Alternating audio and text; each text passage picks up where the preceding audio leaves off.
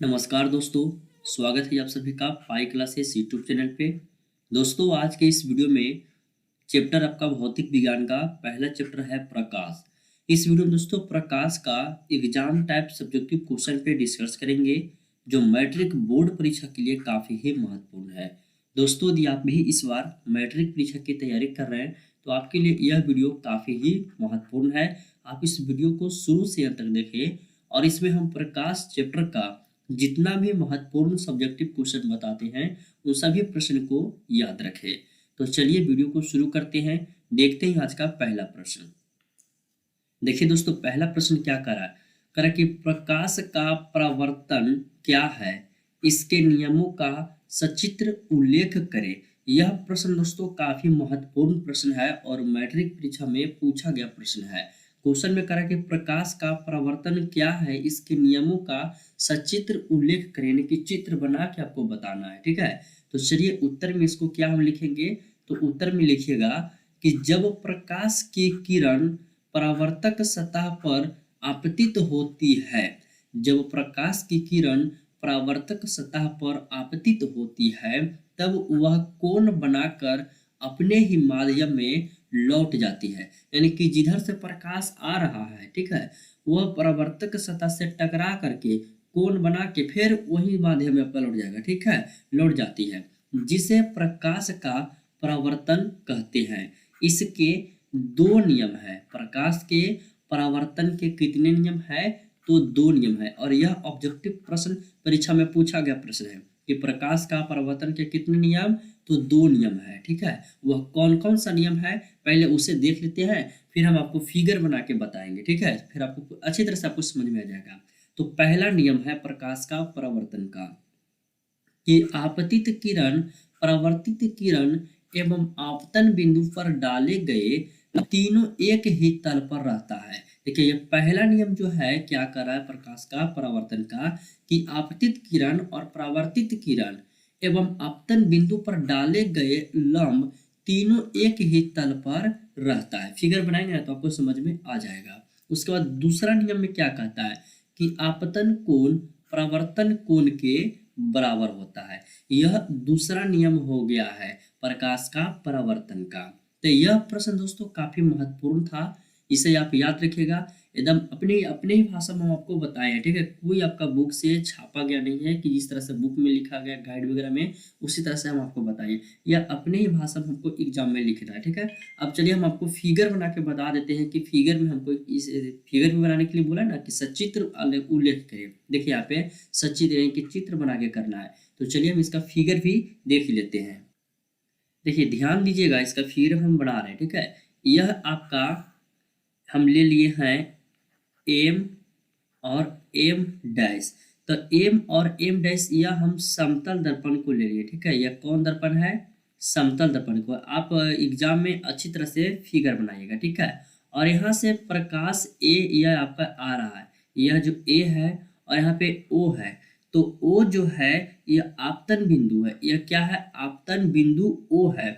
और देखिए ए और ओ यह इधर से प्रकाश आपका आ रहा है और यह परावर्तक सतह है, और यहाँ पे से टकरा करके फिर बी इधर अपना चला गया। ठीक है, इधर जो है बी चला गया, प्रकाश ए आ रहा है, आपतन बिंदु पर टकराया और इधर बी की ओर चला गया। और यह जो आप देख रहे हैं यह अभिलंब है। तो अभिलंब यहाँ हम नाम दे देते हैं एन, यानी कि एन ओ अभिलंब है। पहले देखिए एम और एम डैश यह क्या है, तो समतल दर्पण है। और ए और ओ यह जो है आपतित किरण है, यानी कि किरण जो है आ रहा है।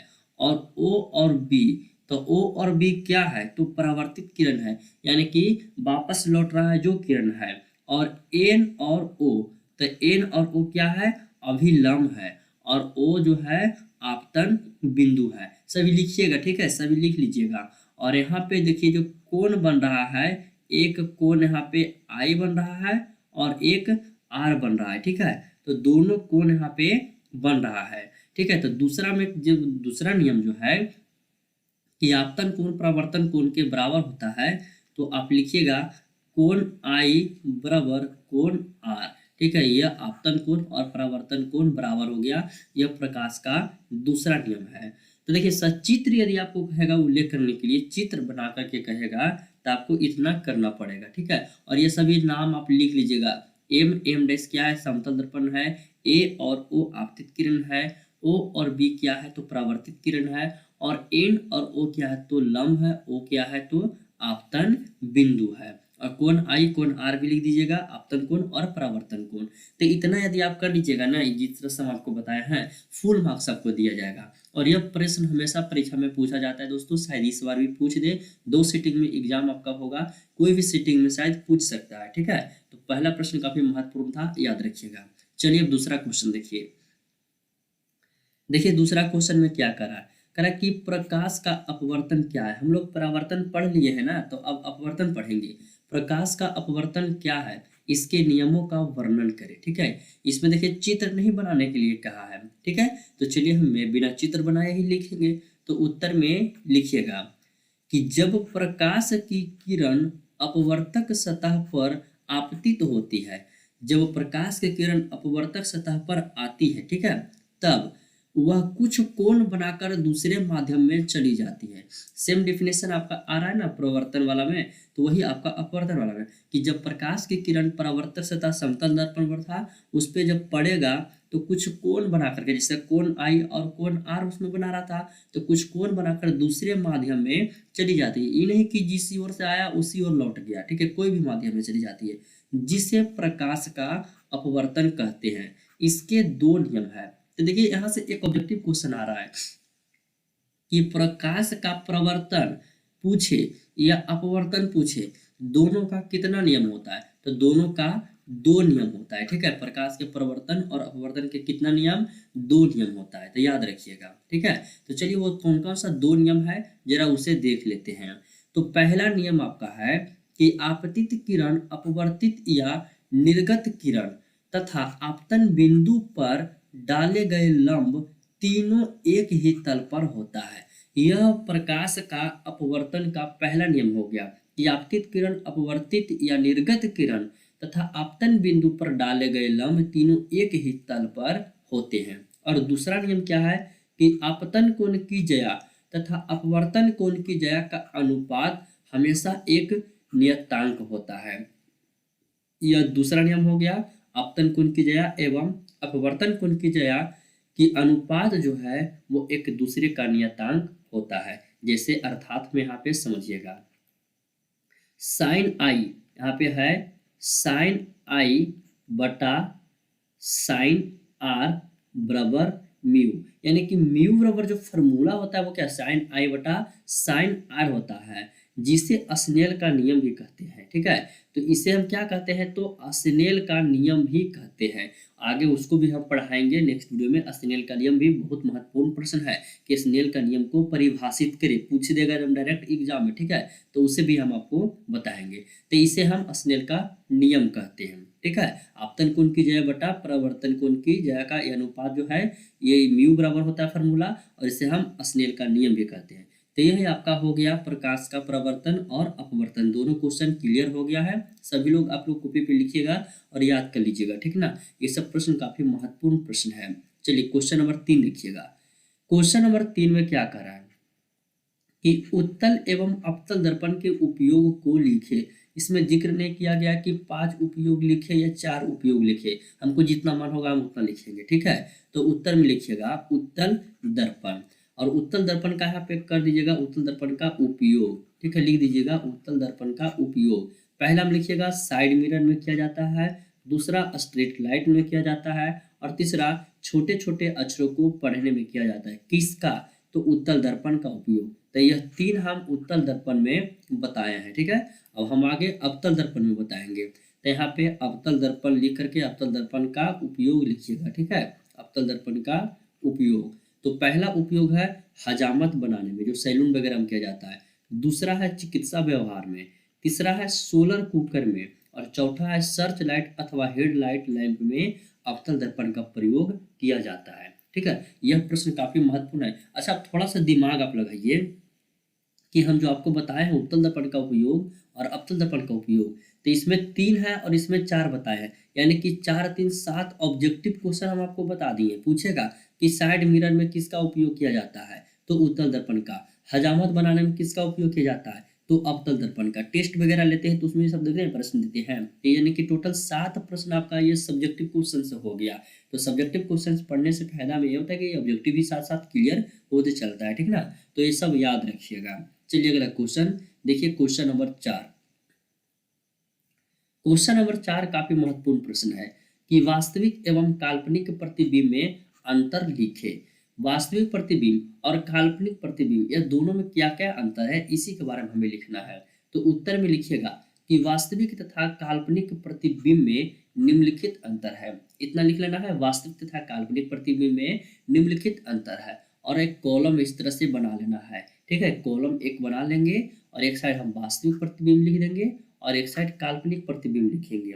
तो पहला पॉइंट लिखिएगा वास्तविक प्रतिबिंब में कि यह हमेशा उल्टा होता है। कौन उल्टा होता है? वास्तविक प्रतिबिंब हमेशा उल्टा होता है। उसके बाद पहला पॉइंट लिखिएगा काल्पनिक प्रतिबिंब में कि यह हमेशा सीधा होता है, ठीक है। दूसरा पॉइंट लिखिएगा वास्तविक प्रतिबिंब में कि इसे पर्दे पर उतारा जा सकता है। किसे? वास्तविक प्रतिबिंब को पर्दे पर उतारा जा सकता है, लेकिन काल्पनिक प्रतिबिंब को पर्दे पर नहीं उतारा जा सकता। तो इसमें लिखिएगा कि इसे पर्दे पर नहीं उतारा जा सकता है। तीसरा पॉइंट लिखिएगा वास्तविक प्रतिबिंब में कि यह दर्पण के आगे बनता है। कौन? वास्तविक प्रतिबिंब दर्पण के आगे बनता है। और तीसरा पॉइंट लिखिएगा काल्पनिक प्रतिबिंब में कि यह दर्पण के पीछे बनता है, ठीक है। उसी तरह से चौथा पॉइंट लिखिएगा वास्तविक प्रतिबिंब में यह वास्तविक कटान के फलस्वरूप बनता है। कौन? तो वास्तविक प्रतिबिंब वास्तविक कटान के फलस्वरूप। और इसमें लिखिएगा यह काल्पनिक कटान के फलस्वरूप बनता है।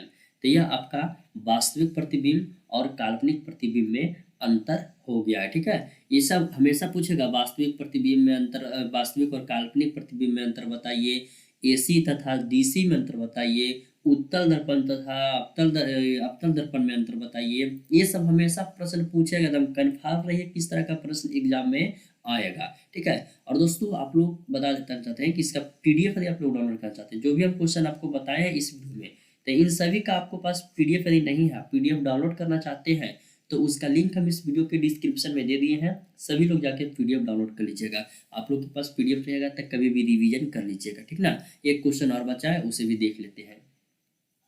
सभी लोग पीडीएफ डाउनलोड कीजिएगा, पीडीएफ रहेगा पास में तो कभी भी पढ़ लीजिएगा।